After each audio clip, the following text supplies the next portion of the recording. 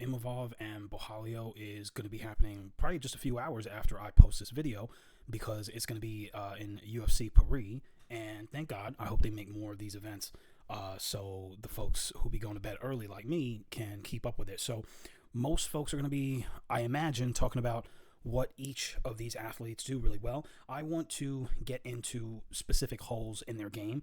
So we're going to be dealing with criticisms of both guys. What Imavov can take advantage of on Borralho and vice versa. Before we get in, the full version of this is going to be available on the Patreon. I will link it below. And you guys can get access to all of my other work where we delve a little bit deeper into this this type of scenario. We'll talk about athletes' weaknesses, but I also will be catering it to folks who train or coaches who train fighters, so you guys can have your guys start immediately implementing some of the work into the gym session. So patreon.com/boring breakdowns, link below. Let's go ahead and jump in. First, we'll discuss Imavov. So defensively, Imavov has some issues. Now, he prefers a pull and sometimes a slight slip off towards his right when there are straight shots coming at him. The only thing is, when he does these pulls, he isn't great at judging his distance from those shots. Strickland lit him up on these, just landing, I believe, specifically right straights all day, and not much adjustment from Imavov. And this is something that you see. Height, I think, does play a big part in it. He can get away with a lot more against shorter athletes, but a longer guy like Strickland, Izzy had some good spots where he was landing as well. So longer guys, which Kaio is, can give him problems with his tendency to pull, but and sort of kind of roll the shoulder, but still staying on the line. Now, he is great at showing a shot and then firing another shot when he's on the outside. However, he can tend to put a little too much smoke on his shots such that he loses his rear foot positioning.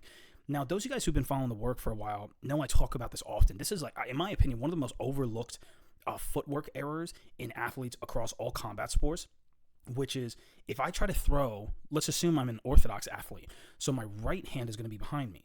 If I try to throw my right hand, the tendency is for me to lose my rear foot positioning such that I shuffle my rear foot up and I end in a neutral stance, or even worse, I have to completely switch leads. Now, if I am in that position, I'm easy to counter, especially mid-foot switch or stance shift or neutraling up. I have very, very little awareness and base such that I can move my hands or move my head in order to defend counter shots. Now, Imavov, if he throws and he clips you, it can be a great score. But if he misses, this really bites him in the butt, and it's something he needs to watch out for, especially with the neutraling up. And we'll get into that later on, especially with Kaio's game. Now, Strickland also did good work against Imavov with that patty cake position. So when you extend your hands out and your opponent extends his hands out to meet yours, Strickland essentially just punched right through Imavov's extended arms. There's not a ton of awareness that translates to being able to defend those shots from Imavov, so that can cause him a bit of trouble as well.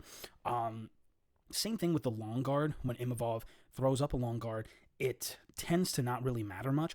Also, specifically with Imavov's guard, he tends to like his arms a little bit low when he's relaxed. So then when he does lift his arms up into, for example, a long guard position, he never quite tucks his chin underneath his shoulder, and so that opening between the shoulder and the jaw is usually open, so right hands can come in, or in Kaio's case, if he stays southpaw, left hands can come in over top of that low arm. Now, one of the things that Imavov does well at times and then kind of bummy at times is he'll tend to drop into a crouch position to come underneath of shots. Now, when he does it well, he'll counter from this crouch position, hitting underneath, like from underneath an opponent. And imagine you and I are fighting and I dip my head and crouch down so that my head is right in front of your gut. Now, if I'm to punch you, being super close to you and my head position at your gut, the punches are essentially coming up at you. And it's really awkward to, one, see those shots, and two, defend them. When he does it well, that's a great position for him to land shots from. Now, the issue, though, is sometimes he'll tend to keep his head there, and especially against a guy like Kaio who has pretty good knees, jump knees, things like that. It's already a problem committing on a shot but not getting all the way into a crouch position, because he'll try to time shots with his knees. But if you are now crouched right in front of him with your head low, that can be a real problem for you, and Imavov has to watch out for things like that. Who do you guys think is going to come out tonight? The victor? Comment below. If you have any questions, comment them below. I will probably clip this for the YouTube folks, and then I will put the full version on Patreon. Patreon.com/boringbreakdowns. It will also be linked below. You guys can have all access to my other work. And guys, thank you all so much. You guys have fun tonight watching the fights. I'll catch you on the next one. Peace.